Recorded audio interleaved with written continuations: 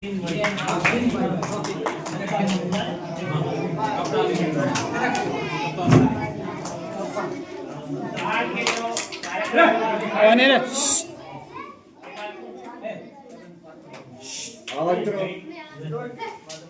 कार्यक्रम हुआ उसमें जो छात्र और छात्रा विजेता रहे, मैं जैसे जैसे नाम बोल रहा हूँ वैसे वैसे टीम का कप्तान आगे आए और अपना इनाम लेके जाए। कबड्डी विजेता टीम नया गोदारिया कप्तान हेमंत चौधरी आगे आए और अपना इनाम ले जाए। सायरा जी भेजो। हाँ आगे ना आगे 10 देखो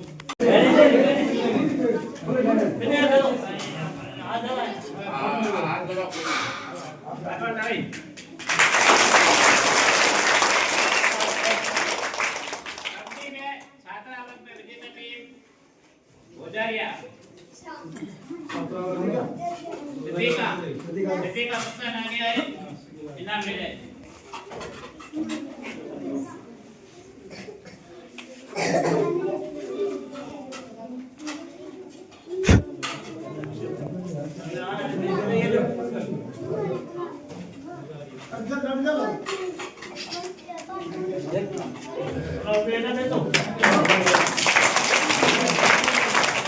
मुख्य विजेता है टिक्काणी की रानी कप्तान शाहरुख खान आ गया है और अपने नाम ले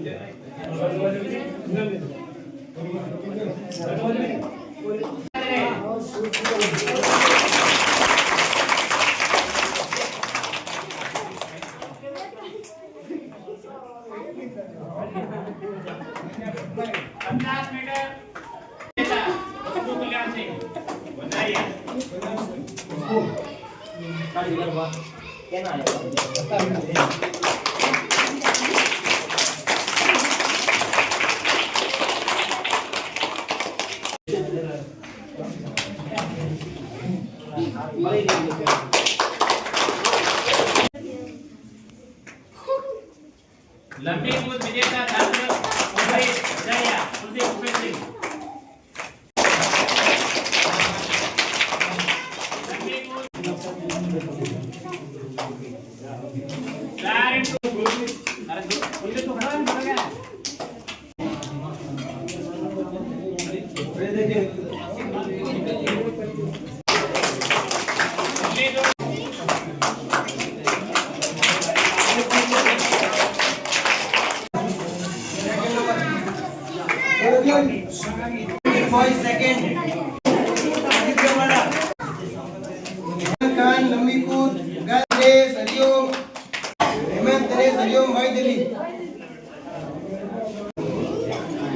दोस्त में बालिका विजेता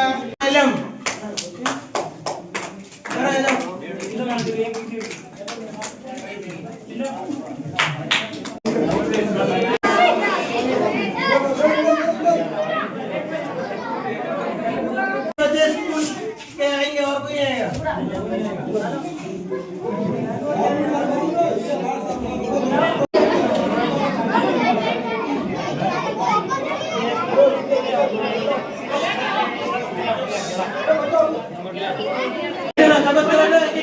हाँ एक एक दे दो।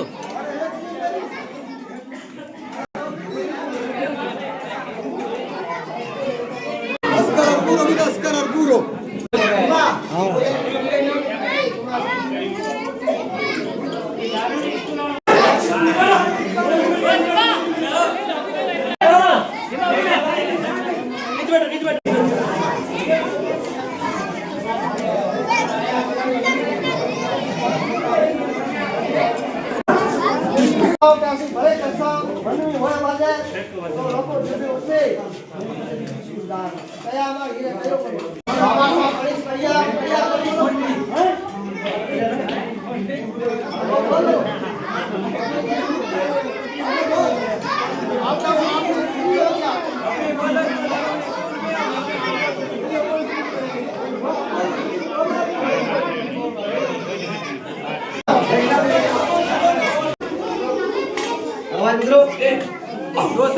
आप इसे ध्यानपूर्वक सुने।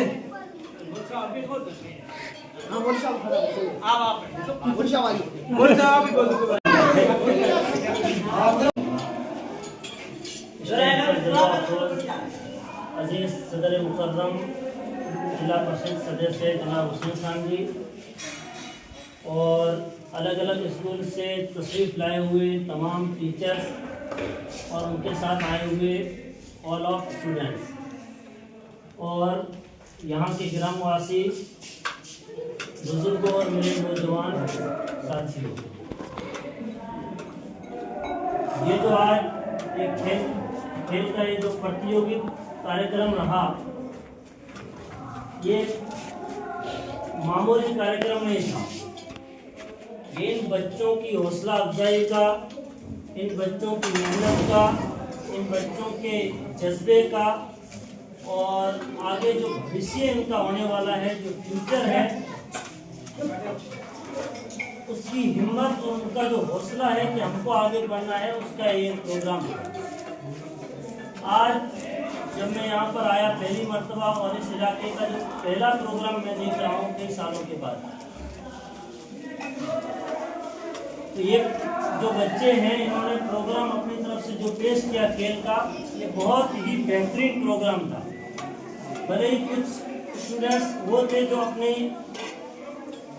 जिस तरह अपने टूर्नामेंट को निभाना चाहिए था उस तरह नहीं निभा सके, लेकिन फिर भी जितने भी टीचर्स हजरात यहाँ पर तशरीफ फरमा है, मैं उन तमाम को एक मशवरा या सलाह ही समझ लें कि ये जो बच्चे आज यहाँ पर बैठे हैं, इनके फ्यूचर की, इनके आने वाली जो पढ़ाई और शिक्षा है, उसकी जिम्मेदारी आप लोगों की। ये आज जो यहाँ की आवाम है, इन बच्चों के जितने माली है, इन बच्चों के जो फादर्स हैं, वो जो कि पिछले इलाके में, यहाँ ये जो इलाका है इसमें शिक्षा का इतना ध्यान नहीं था, पढ़ाई इतनी नहीं थी, इसलिए ये पढ़ नहीं सके, इसलिए इनका ध्यान ज़्यादातर पढ़ाई पर नहीं है।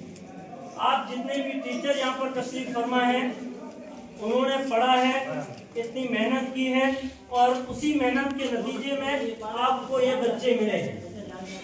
अगर इन बच्चों ने पढ़ना छोड़ दिया, इन बच्चों ने अपना कदम शिक्षा की तरफ बढ़ाना छोड़ दिया, तो जिस तरह योगी आदित्यनाथ की सरकार ने यूपी के अंदर 40 सरकारी स्कूल्स को बंद कर दिया है, तो ये भी बंद हो जाएगी और आपकी नौकरियों का फिर सवाल खड़ा हो सकता है। क्यों? क्योंकि पढ़ने वाले बच्चे हैं। जब टीचर्स हजरात यहाँ पर तशरीफ फरमा है लेकिन उनके पास पढ़ने वाले बच्चे ही नहीं है, तो सरकार को ना चाहते हुए भी ये एक्शन लेना पड़ सकता है कि जब बच्चे ही नहीं पढ़ाने वाले तो टीचर्स का काम ही क्या है।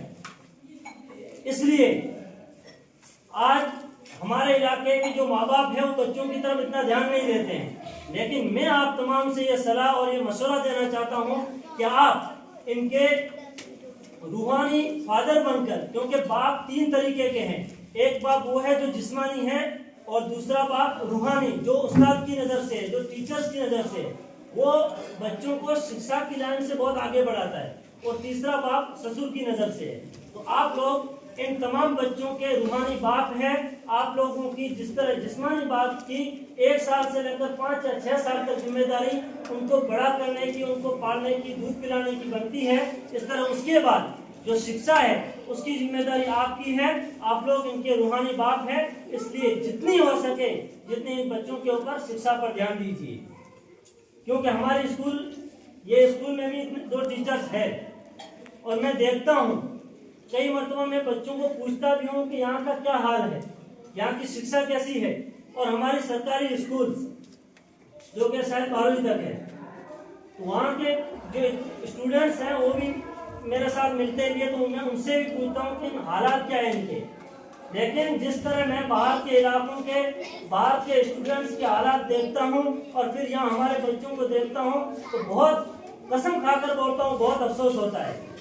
आज गुजरात में जब वडोदरा में 7 साल से रह रहा हूँ, वहाँ के 7-7, 8-8 साल के बच्चों को हम देखते हैं धड़ाधड़ इंग्लिश में स्पीच देते हैं, उनको अगर लेक्चर के लिए कहा जाए तो फौरन टेबल को खटखटा कर बोल देते हैं कि नहीं, पूरा बयान चालू कर देते हैं। मतलब वो जज्बा कब आया? जब उनके टीचर्स हजरात ने ध्यान दिया। आप अगर मेरे पास बच्चों को पढ़ाने का 1 घंटा दिया जाता है, ठीक है, उस घंटे का मेरे को 2000 रुपये पगार मिलता है। मैं उस घंटे के अंदर अगर 5 मिनट की बात करता हूं तो मेरे लिए उन 2000 में 2% पैसे लेना हराम हो जाते हैं। ये हमारे कॉन्स्टिट्यूशन ऑफ इस्लाम में और कॉन्स्टिट्यूशन ऑफ गीता में लिखा हुआ है बाकायदा। अगर तुमको किसी जगह पर काम करने के लिए रखा गया है, अगर तुम उस काम की वजह से उस काम को छोड़कर अपने किसी काम में व्यस्त हो जाते हैं तो फिर जो अपना काम उस वक्त में किया है उसके पैसे आपको लेना हराम है। क्योंकि अलग अलग मज़ाहिब के लोग हैं यहाँ पर, इसके लिए मैं कह देता हूँ, गीता का भी हवाला देता हूँ, आप उठाकर देख लीजिए, और रामायण का भी हवाला देता हूँ, आप उसको भी उठाकर देख लीजिए, और कुरान और हदीस के हवाले में वैसे भी मुझे मालूम नहीं है। इसलिए अब मैं मेरे जो नौजवान साथी है और जो छोटे बच्चे हैं, आप लोगों ने जो मेहनत की है ये बहुत अच्छी मेहनत है। आने वाले वक्त में हिंदुस्तान का फ्यूचर आप ही है। जिस तरह आज कई नौजवानों ने, कई लोगों ने ओलंपिक्स में भारत का नाम रोशन किया, क्रिकेट में भारत का नाम रोशन किया, और फुटबॉल में भारत का नाम रोशन किया, इस तरह आने वाले क्रिकेट के भविष्य भी आप हैं, फुटबॉल के भविष्य भी आप में, और ओलंपिक में जितने भी खेल आते हैं उनके फ्यूचर और भविष्य आप हैं। इसलिए आप आज से ये अज़्म और इरादा कर लें और एक अज़्म मुसम्मम कर लें कि आने वाले भविष्य में जो आज लोग बड़े स्तर पर काम कर रहे हैं, आइंदा इंशाअल्लाह हम करेंगे। करोगे इंशाअल्लाह? आप लोगों को करना है। आज हमारे इलाके के अंदर कोई खेल का टूर्नामेंट होता है तो वहाँ के लोग कहते हैं कि मास्टर हजार खाने पीने का काम कर रहे हैं, पढ़ाई तो करते नहीं, खेल नहीं। जिस तरह दुनिया को देखते हैं, हमारे माताओं और पिताओं को देखते हैं, तो वो लोग 5-5 किलोमीटर अभी भी जाते हैं, लेकिन जब हमको काम के लिए करते हैं तो फिर उस काम को करने में हमारे लिए लाले पड़ जाते हैं। मैं खुद बैठा हूँ, एक पत्थर उठा नहीं सकता। आज जो ग़िज़ा है, वो जो हमको ग़िज़ाएं खिलाई जाती है, वो सब सिर्फ और सिर्फ केमिकल में बनी है। इसलिए ये खेल बहुत ज़रूरी है। खेल में हमारे जो जिस्म है, हमारे जिस्मों को बहुत फायदा होता है। जिस तरह तालीम हमको इल्म और फहम अदा करती है, इसी तरह ये खेल कूद हमारे जिस्म को, हमारी बॉडी को एकदम कंट्रोल रखते हैं और मजबूत करते हैं। इसलिए मेरे अजीजों, मैं जितने भी यहाँ पर वालिदैन बैठे हैं, बुजुर्ग हैं, उनसे भी अपील और दरखास्त करना चाहता हूँ कि अपने बच्चों के ऊपर मेहनत कीजिए। आराइशा है वो बहुत ज्यादा बढ़ चुकी है।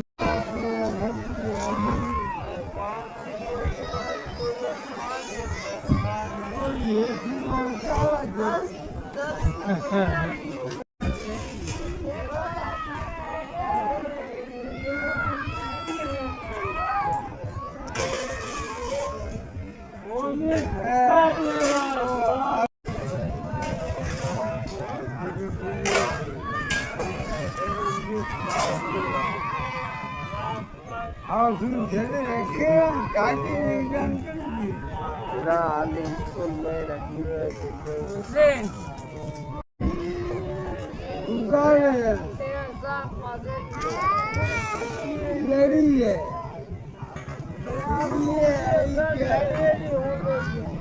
अब हम घर से